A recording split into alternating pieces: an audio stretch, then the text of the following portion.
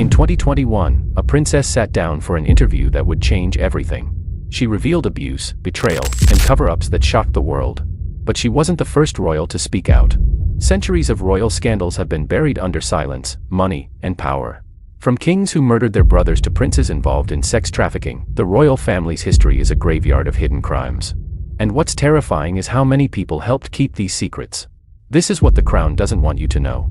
Let's start with Princess Diana. 1997, her car crashed in a tunnel in Paris. Official story: drunk driver, accident, tragedy. But Diana had just been photographed with a man who wasn't Prince Charles. She was happy. She was free. And then she was dead. Conspiracy theories emerged immediately. Was it really an accident? Or was it something else? The official investigation said accident. Case closed. But Diana's own words, recorded before her death, haunted everyone: "My life is under threat." Fast forward to 2019. Prince Andrew, the Queen's son, was photographed with Jeffrey Epstein. Not once. Multiple times. At parties. At his homes. Together. Epstein was a convicted sex offender. A predator. And Prince Andrew was his friend. When the BBC interviewed Andrew about it, he didn't deny it. He admitted it. But then he said something that made everyone's skin crawl. He said he couldn't have been at one of the parties because he was at Pizza Express in Woking. Pizza Express. A man was claiming he wasn't at a party where a girl said she was abused because he was eating pizza. The girl's name was Virginia Giuffre. She said she was trafficked to Prince Andrew when she was 17. She said he assaulted her 3 times. Andrew denied everything. But the evidence was overwhelming. Photographs. Testimony. Witnesses.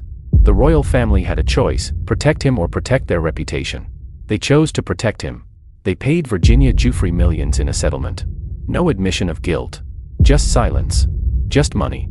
Just another secret buried. But Prince Andrew wasn't the first royal to hide a scandalous relationship. Go back 200 years. King George IV. When he was Prince of Wales, he did something forbidden. He fell in love with a Catholic woman, Maria Fitzherbert.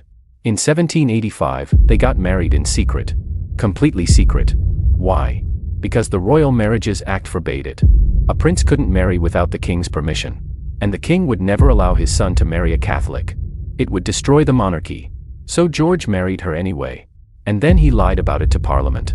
He denied the marriage ever happened. He denied she existed. Years later, he was forced to marry someone else. Princess Caroline. A woman he hated. A woman everyone hated. Their wedding night was a disaster. He was drunk. She was humiliated. And he spent the entire marriage sleeping with other women while Caroline was locked away in foreign countries. When she died, George didn't mourn. He celebrated. He had finally erased his mistake. But the scandal never went away. It haunted him for life. 1936, King Edward VIII was supposed to be the perfect monarch. Young. Charming. Everything a king should be. But then he fell in love with Wallis Simpson, an American divorcee. The problem wasn't just that she was divorced. It was that she was already married twice before. And worse, rumors suggested she had connections to Nazi Germany. Allegations claimed she was involved in espionage. Edward refused to give her up. The government refused to accept her.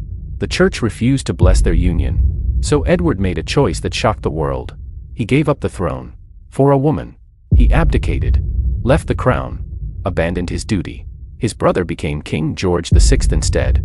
But here's what nobody talks about: what happened after. Edward and Wallis moved to the Bahamas. And during World War II, documents emerged suggesting Edward was sharing secrets with the Germans. Was he a Nazi sympathizer? Was Wallis a spy?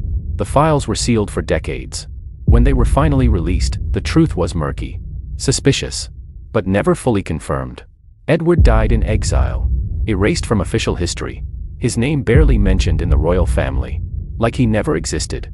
Diana's marriage wasn't just unhappy. It was a lie from the start.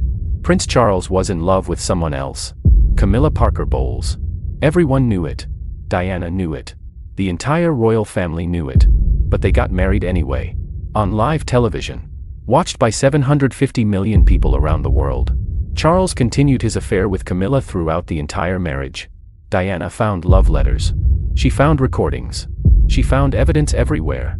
And the royal family did nothing. They let it happen. They protected Charles. They silenced Diana. There's a famous tape. Charles and Camilla talking dirty to each other. Explicit. Graphic. The tape was leaked and played on radio stations worldwide. It was called Camilla Gate. Charles was humiliated, but not punished, not held accountable. Diana eventually had her own affair with James Hewitt, a cavalry officer. When the royal family found out, they were furious. Not at Charles for his decades of infidelity, at Diana for daring to fight back. The hypocrisy was stunning. One royal could cheat and be protected.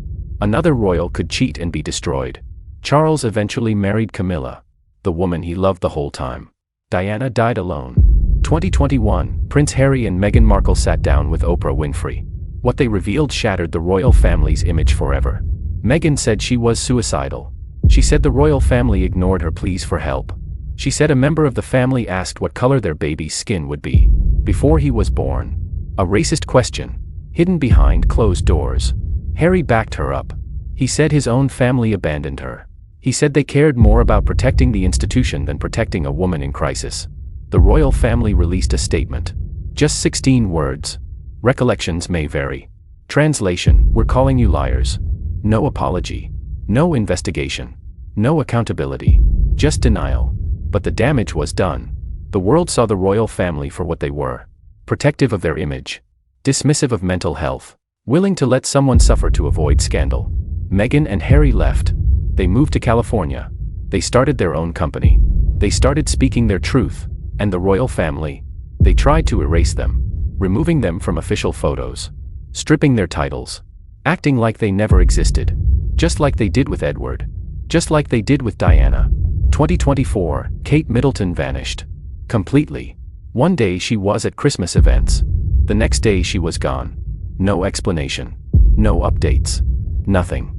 For weeks, conspiracy theories exploded. Where was Kate? Was she sick?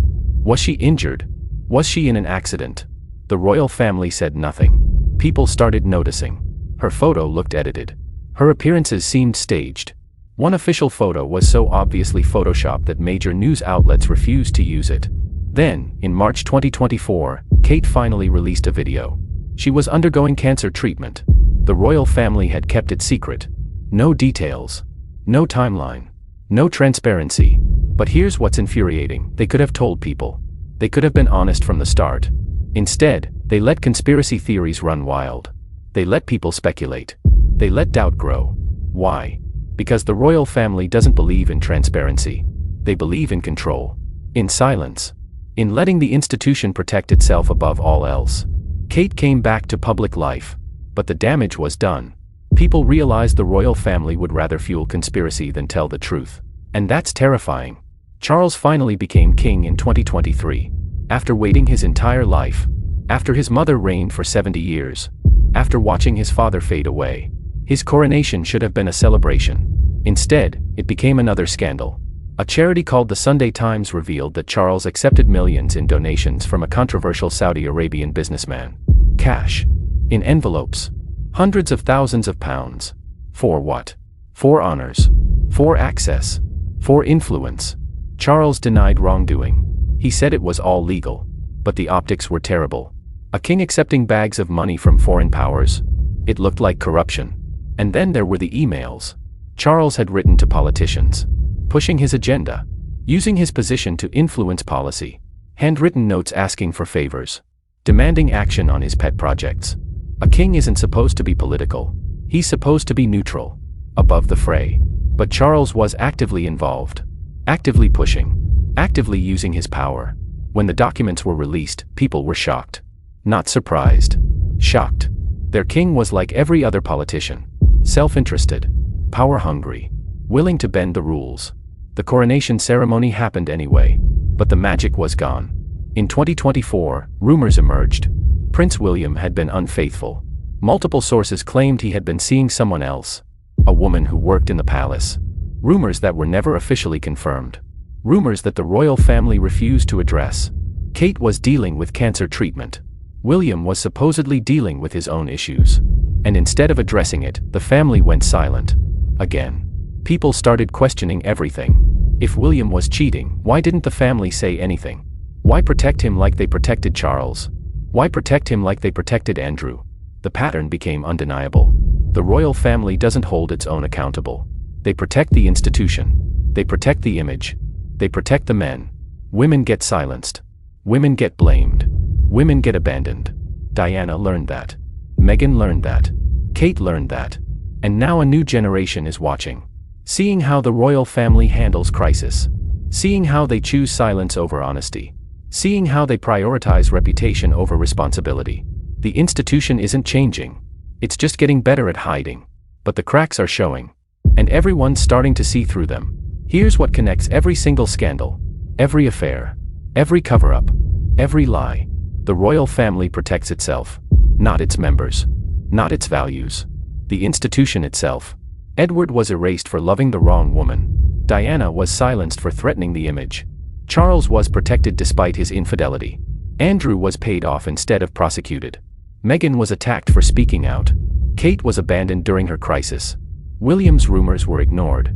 And it will happen again. Because nothing has changed. The royal family exists in a bubble. A world where money can buy silence. Where power can erase truth. Where institution matters more than people. But here's what's different now. We're watching. We're documenting. We're refusing to let them erase the stories. In 2025, new revelations will emerge. New documents will be unsealed. New survivors will come forward. The institution will try to bury them. But they can't bury everything anymore. The crown's secrets are finally coming into the light. And once you see them, you can't unsee them. The question isn't whether there are more scandals. The question is, how many more will it take before the institution actually changes?